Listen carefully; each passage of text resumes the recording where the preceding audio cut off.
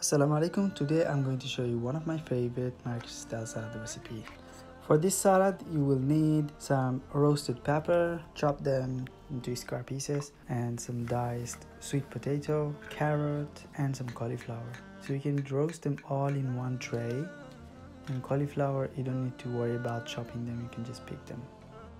So some seasoning, salt and pepper. If you want you can use ras el hanout, some olive oil, and straight in the oven. While the vegetables are roasting in the oven, you can cook your quinoa and blanch your kale and prepare your pomegranate. This might take you like 10 to 15 minutes while your roasted vegetables will also be ready. So take them out and let them cool down.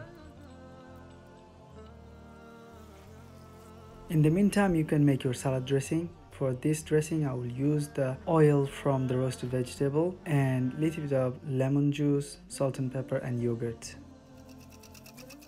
Once everything is ready, it's just a matter of building the salad on a salad bowl. So first thing, we add some kale, some roasted pepper, some sweet potato and carrot, cauliflower, and a couple of spoons of quinoa. You can use more if you want, and parsley.